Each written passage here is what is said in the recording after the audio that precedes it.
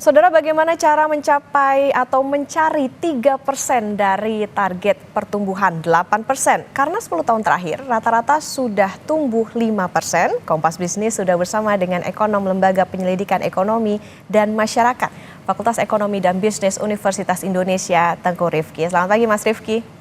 Pagi Mbak Putri, apa kabar? Baik, Mas Rifki, ini kan Kementerian Keuangan langsung koordinasinya dengan Presiden, tidak di bawah Kemenko Perekonomian lagi, tapi punya 3 wakil menteri. Apa pendapat Anda? Apakah proses mencapai target 8% bisa lebih lincah? Iya, kalau kita lihat kan memang untuk mencapai target 8% ini perlu ada spending yang lebih besar. Spending dari government, lalu juga investasi yang harus meningkat secara signifikan, dan pertumbuhan-pertumbuhan spending produktif lainnya. Nah, ini salah satunya memang coba dicapai oleh pemerintahan berikutnya dari sisi Kementerian Keuangan. Karena kita tahu juga target lainnya dari pemerintah itu adalah meningkatkan tax ratio hingga 23%. Tapi di luar tax ratio yang meningkat, yang ditujukan untuk meningkatkan spending pemerintah, memang juga dibutuhkan oleh sisi investasi, baik sisi investasi domestik maupun dari sisi investasi foreign. Nah, inilah yang memang masih menjadi ranah di luar Kementerian Keuangan, seperti dari BKPM, Kementerian Perindustrian, dan Kementerian Perdagangan. Jadi, memang ada role yang coba dipenuhi dari sisi Kementerian Keuangan, tapi untuk mencapai 8% itu memang dibutuhkan kerja keras dari banyak kementerian lainnya.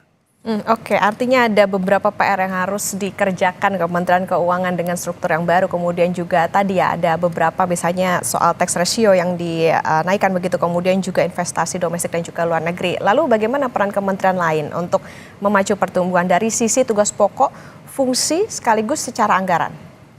Ya, saya rasa pertama mungkin yang menjadi isu utama adalah dari sektor perindustrian. Kita tahu dalam paling tidak 20 tahun terakhir itu kita mengalami perlambatan pertumbuhan sektor manufaktur atau industri. Nah, ini yang sering kita kenal dengan istilah deindustrialisasi prematur.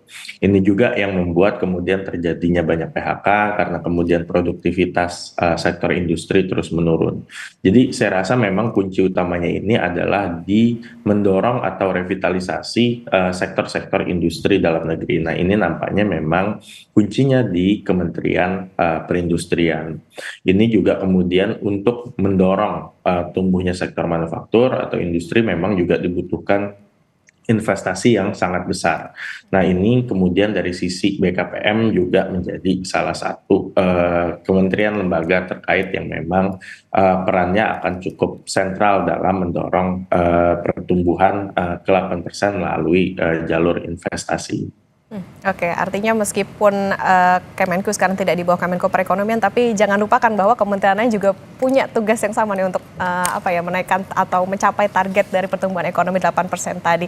Oke, yang juga jadi sorotan Mas Rifki soal lapangan pekerjaan dan investasi, tadi Mas Rifki juga sudah sebut, ini jadi tantangan pertumbuhan ekonomi. Lalu bagaimana Indonesia menurunkan rasio investasi terhadap hasil atau incremental capital to output ratio? Iya, nilai ICOR kita yang tinggi ini kan sebetulnya refleksi dari kurang produktifnya nilai investasi yang masuk ke Indonesia, baik itu dari sisi domestik maupun dari luar negeri. Artinya memang banyak terjadi inefisiensi dalam melakukan investasi atau penanaman modal di Indonesia. Nah, sumbernya dari mana? Ini bisa macam-macam. Regulasi yang kemudian kompleks, selalu kemudian tumpang tindih, kemudian juga misalnya masih ada aktivitas perburuan rente sehingga kemudian menghambat efisiensi biaya dari sisi produsen. Ini semua rasanya muncul dari aspek institusi. Jadi memang dari sisi institusinya perlu dibenahi, regulasinya perlu disimplifikasi, juga kepastian hukumnya perlu ditingkatkan. Ini yang kemudian membuat ICOR kita makin ke sini makin meningkat. Artinya memang makin ke sini nilai investasi di Indonesia itu semakin tidak produktif. Nah, inilah yang perlu di-solve oleh pemerintahan berikutnya. Tidak hanya mendorong dari sisi berbagai macam kementerian, tapi juga memastikan bahwa iklim bisnis, iklim investasi, iklim dunia usaha di Indonesia ini bisa kemudian diperbaiki secara optimum. Oke, kalau tadi dikatakan investasi di Indonesia masih belum efisien. Lalu gimana Indonesia bisa memacu industrialisasi? Ya, saya rasa tadi, jadi memang perlu dipastikan oleh pemerintahan baru bahwa investasi ini akan menjadi fokus utama, dan di mana fokus utama menarik investasi ini adalah bahwa akan diperbaikinya institusi, bahwa indeks, misalnya indeks korupsi kita akan diperbaiki, lalu kemudian aktivitas perburuan rente juga akan ditekan, sehingga kemudian kalau ada investor masuk, investor asing mau masuk ke Indonesia, dia merasa secure untuk menanamkan modalnya di Indonesia ketimbang negara-negara lain seperti misalnya Malaysia, Vietnam, Thailand, atau bahkan Taiwan yang kita sebetulnya beberapa waktu belakangan sudah sangat sering melihat investasi yang tidak jadi masuk ke Indonesia, justru masuk ke negara berkembang lainnya. Nah, ini salah satu isu utamanya adalah tadi dari sisi kapasitas dan kualitas institusi tersebut. Selain itu juga isu dari produktivitas tenaga kerja kita relatif masih rendah dan kalah saing dibandingkan negara-negara tersebut. Jadi mungkin itu adalah dua kunci utama untuk kita bisa mendorong industrialisasi kita menjadi lebih maju lagi di era administrasi baru ini. Oke, harus utak-atik regulasi nih supaya bisa lebih ramah terhadap investasi. Mas Rifki, yang juga menarik kemarin saat pidato perdana Presiden Prabowo di DPR tidak menyinggung permasalahan kelas menengah. Rencananya tahun depan juga PPN naik jadi 12%. Sebenarnya bagaimana Indonesia bisa mengerek rasio pajak? Ya, jadi kalau kita lihat dari pajak, ini memang salah satu caranya itu adalah dari kenaikan PPN. Tapi hal lain juga yang lebih penting saya rasa itu adalah dari sisi enforcement ya, dan juga dari sisi daya beli tenaga kerja itu sendiri. Kita tahu misalnya kalau masyarakat income-nya turun, ini menandakan aktivitas ekonomi yang turun. Kalau aktivitas ekonomi yang turun, ini tentu kontribusi atau rasio mereka untuk berkontribusi terhadap pajak juga akan semakin lemah. Dan ini kita lihat memang dalam beberapa tahun terakhir itu semakin banyak pekerja yang bekerja di sektor informal. Artinya adalah semakin banyak pekerja yang tidak berkontribusi terhadap penerimaan negara.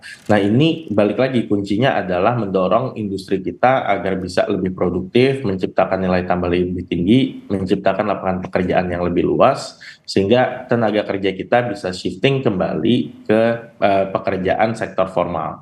Kalau mereka bisa masuk ke pekerjaan sektor formal, ini tentu mereka akan bisa berkontribusi terhadap penerimaan negara yang lebih tinggi lagi. Jadi memang akan sulit kalau kita expect untuk meningkatkan penerimaan negara tanpa kemudian meningkatkan aktivitas perekonomian secara luas. Oke, artinya bukan cuman mengerek dari PPN-nya aja ya yang dinaikin untuk mengerek rasio pajak ini, tapi juga bagaimana aktivitas ekonomi dilihat secara keseluruhan, termasuk juga bagaimana tadi kelas menengah kerjanya apa sih gitu, karena kan tadi disebut soal banyak yang justru kerja di sektor informal.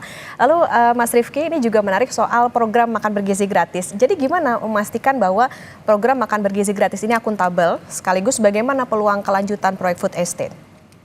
Oke, kalau dari sisi makan siang gratis, ini memang kita perlu cermati dari tujuannya. Kita mendengar paling tidak ada dua tujuan utama dari pemerintah, yaitu meningkatkan nutrisi atau gizi. Kedua adalah untuk kemudian mengentaskan kemiskinan. Nah, ini yang kemudian rasanya menjadi kurang fokus, karena dengan double objektif seperti ini ada potensi untuk tidak tercapai dua-duanya. Jadi memang implementasinya dan targetnya ini harus clear, mana yang memang menjadi fokus utama dari program ini. Karena kalau enggak, kita sudah lihat banyak kebijakan pemerintah yang memang memiliki double mandate atau double objektif yang justru malah tidak optimum mencapai kedua tujuan tersebut.